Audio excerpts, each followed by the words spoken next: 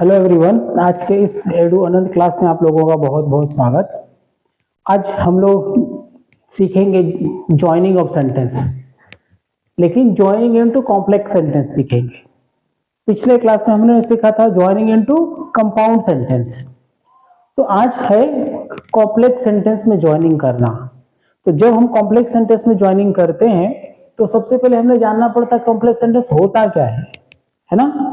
तो complex sentence वो sentence है जिसमें एक प्रिंसिपल क्लॉज होगा और एक सबऑर्डिनेट क्लॉज होगा। कौन सा क्लॉज होगा? Subordinate clause.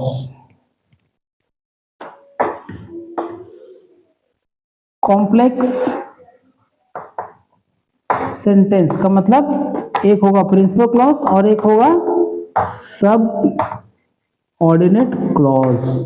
ठीक है, तो अगर आपने सब ऑर्डिनेट क्लॉज नहीं पढ़ा है तो आप मेरे पिछले क्लास में जाकर सब ऑर्डिनेट क्लॉज का वीडियो देख सकते हैं और उसमें सब ऑर्डिनेट क्लॉज के बहुत सारे कंजंक्शंस है, वो आप पढ़ सकते हैं। ठीक है, तो सब ऑर्डिनेट क्लॉज एक वो क्लॉज है जिसमें एक प्रिंसिपल क्लॉज होता है और एक कॉम्प्लेक्स सेंटेंस वो सेंटेंस जिसमें एक प्रिंसिपल क्लॉज होगा और एक सब ऑर्डिनेट क्लॉज होता है। और सब ऑर्डिनेट क्लॉज जब प्रिंसिपल क्लॉज के साथ मिलता है तो वो बनाता है कॉम्प्लेक्स सेंटेंस।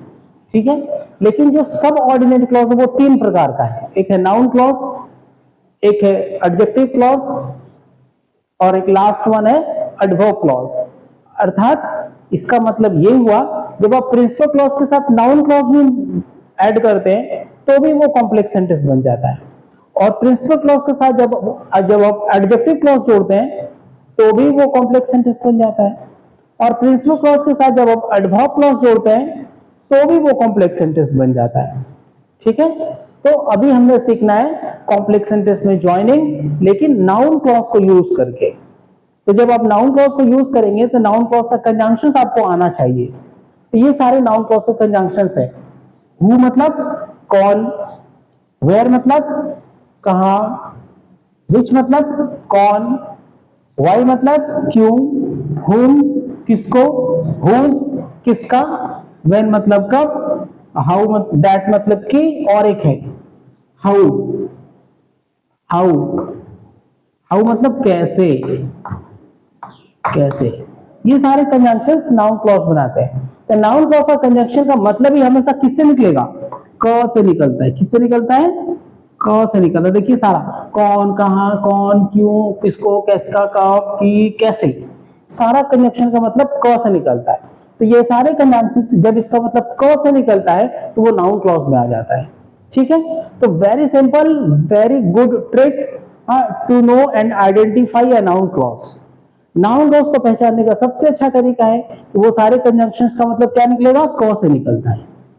ठीक है, लेकिन यही सारे कंजंक्शंस एडजेक्टिव क्लॉज में भी आते हैं, लेकिन इन कंजंक्शन का मतलब तब ज से निकलेगा। जैसे हु मतलब जो हो जाएगा, वेयर मतलब जहां हो जाएगा। ठीक है, तो नाउन क्लॉज और एडजेक्टिव क्लॉज को पहचानने का बहुत आसान तरीका है ये कंजंक्शंस। क से निकलेगा तो नाउन क्लॉज, तो हमें नाउन क्लॉज में जोड़ना है। ठीक है, तो नाउन क्लॉज में जोड़ेंगे तो वो कौन सा सेंटेंस बनेगा? कॉम्प्लेक्स सेंटेंस बनेगा। मैं अभी इस जॉइनिंग के बाद आपको और भी चीजें बताऊंगा। पहला क्वेश्चन ले लेते हैं। ही इज रॉन्ग, वो गलत है। I am sure of it, मुझे इसका श्योर है, मैं श्योर हूं। तो मैं श्योर हूं, ये सारे कंजंक्शन वन बाय वन आपको यूज करने हैं। कैसे? बीच में लगा करके। जैसे मैं वो रॉन्ग है, अभी मैं लगाता हूं कौन, वह रॉन्ग है कौन, मैं इसके लिए श्योर हूं। मीनिंग बना? नहीं बना। अब उसको पलट के जोड़ेंगे। I am sure of it, कौन, हु इज रॉन्ग, कौन वह रॉन्ग है, गलत हो गया। इस तरह से वन बाय वन एक कंजंक्शन को हम ट्राई करेंगे और एक कंजंक्शन होगा जो फिट बैठेगा, तो इसको दैट से फिट बैठेगा, यूज करके देख लेते हैं। तो ही इज रॉन्ग, वो गलत है। कि दैट मतलब क्या निकला? कि, तो वो रॉन्ग है कि मैं श्योर हूं इसके लिए। उलट के पलट, अब ये नहीं सही, गलत लग रहा है, तो इसको पलट के जोड़ेंगे। I am sure of it, मैं श्योर हूं कि वो गलत है। अभी बन गया। तो I am sure of it that he is wrong, बन गया ना? आंसर हो गया I am sure of it that he is wrong, he is wrong, ऐसे भी लिख सकते हैं। I am sure that he is wrong, ऐसा भी लिख सकते हैं। क्लियर? चलिए, तो एक नंबर वाले को मैं मिटा रहा हूं। क्लियर? अभी दूसरा ले लेते हैं। यू डिसीव्ड हिम, तुमने उसको धोखा दिया। He was his, it was his complaint, ये उसकी शिकायत थी। तुमने उसको धोखा दिया, ये उसकी शिकायत थी। तो फिर लगाइए, तो ये उसकी शिकायत थी कि तुमने उसे धोखा दिया, कि मतलब दैट लगा, तो पहले आएगा इट वॉज हिज कंप्लेंट, तो हो गया आंसर ऊपर में, इट वॉज हिज कंप्लेंट, ये उसकी शिकायत थी, दैट कि you deceived him, that you deceived him, तुमने उसको धोखा दिया। बन गया ना? देखिए ये जुड़ गया, तो ये उसकी कंप्लेन थी, ये हो गया प्रिंसिपल क्लॉज। दैट कंजक्शन है तो बाद वाले के साथ जाएगा, हो गया। तो कि तुमने धोखा दिया, तो ये हो गया नाउन क्लॉज। प्रिंसिपल क्लॉज के साथ नाउन क्लॉज क्या बनाएगा? Complex sentence. Is it clear? और एक एग्जांपल लेते हैं।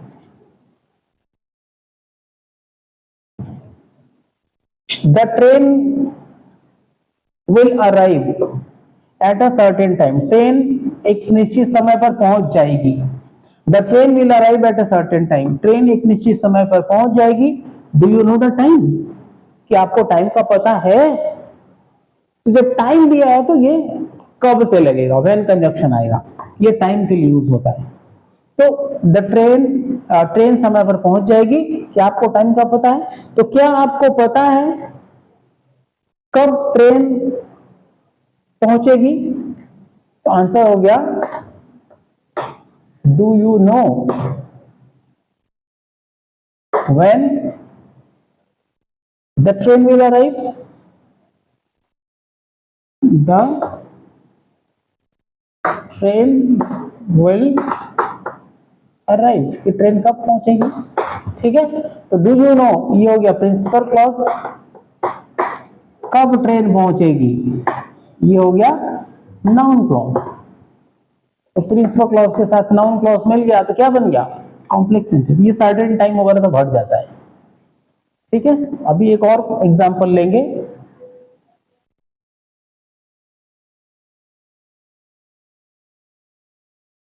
He will waste his time, वो अपना टाइम बर्बाद करेगा। दिस इज सर्टेन, ये निश्चित है। तो पहले बीच में कंजक्शन लगाएंगे, अगर नहीं बनता है तो फिर पलट के कंजक्शन लगाएंगे, इसको इधर कर देंगे, इसको इधर कर देंगे, बीच में कंजक्शन लगाएंगे, तो वो अपना टाइम वेस्ट करेगा। दिस इज सर्टेन, ये निश्चित है। कि, तो वो अपना टाइम वेस्ट करेगा, या कि निश्चित है, ये निश्चित है कि वो अपना टाइम नष्ट करेगा, तो पहले ये हो जाएगा, हो गया दिस इज सर्टेन, ये निश्चित है, that he will waste his time, कि वो अपना टाइम बर्बाद करेगा। दिस इज सर्टेन ये हो गया प्रिंसिपल क्लॉज, की हो गया नाउन क्लॉज का कंजंक्शन, और ये हो गया नाउन क्लॉज। तो नाउन क्लॉज बन गया मतलब, और ये प्रिंसिपल क्लॉज बन गया मतलब, ये हो गया कॉम्प्लेक्स सेंटेंस। कॉम्प्लेक्स सेंटेंस में मैंने जोड़ दिया। ठीक है, और एक एग्जांपल लेते हैं।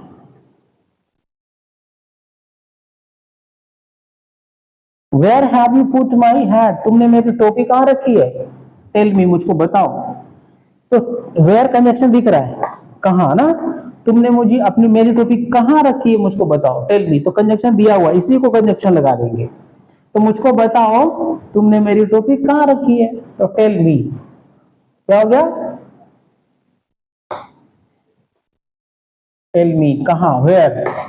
जब कंजक्शन लगा देते हैं ना, याद रहे उसके बाद सब्जेक्ट आता है, उसके बाद हेल्पिंग वर्ब नहीं आता। देखिए वेयर लगा है, उसके बाद हेल्पिंग वर्ब लगा है, सब्जेक्ट क्या है?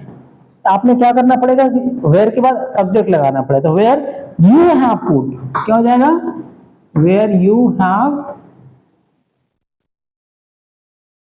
Put my head. Is it clear? Tell me, मुझको बताइए, ये हो गया प्रिंसिपल क्लॉज। कहां तुमने मेरी टोपी रखी है, ये हो गया नाउन क्लॉज। तो प्रिंसिपल क्लॉज के साथ नाउन को मिला, ये हो गया कॉम्प्लेक्स सेंटेंस। ओ, कॉम्प्लेक्स सेंटेंस आपको समझ में आ गया। कॉम्प्लेक्स सेंटेंस में ज्वाइनिंग समझ में आया, किस क्लॉज को लगाकर, नाउन क्लॉज को लगा करके हमने समझा प्रिंसिपल क्लॉज की ज्वाइनिंग। ठीक है, कुछ और सीखते हैं, इसके उसको और मैं डिटेल में लेकर जाता हूं। आइए, और डिटेल में जाने का मतलब है कॉम्प्लेक्स सेंटेंस। कॉम्प्लेक्स सेंटेंस का डेफिनेशन हो गया,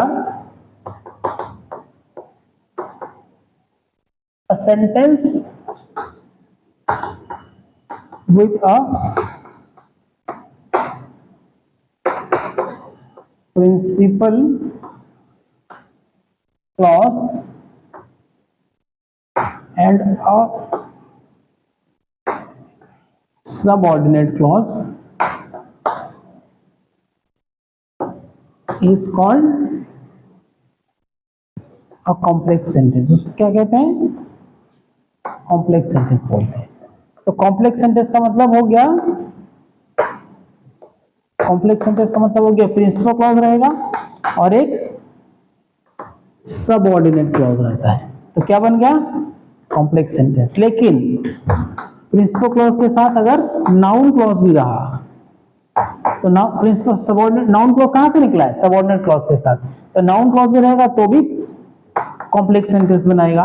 प्रिंसिपल क्लॉज के साथ अगर एक एडजेक्टिव क्लॉज रहता है ना, तो भी बनाएगा, और प्रिंसिपल क्लॉज के साथ एक एडवर्ब क्लॉज रहता है, तो भी वो क्या बनेगा, कॉम्प्लेक्स सेंटेंस बनेगा।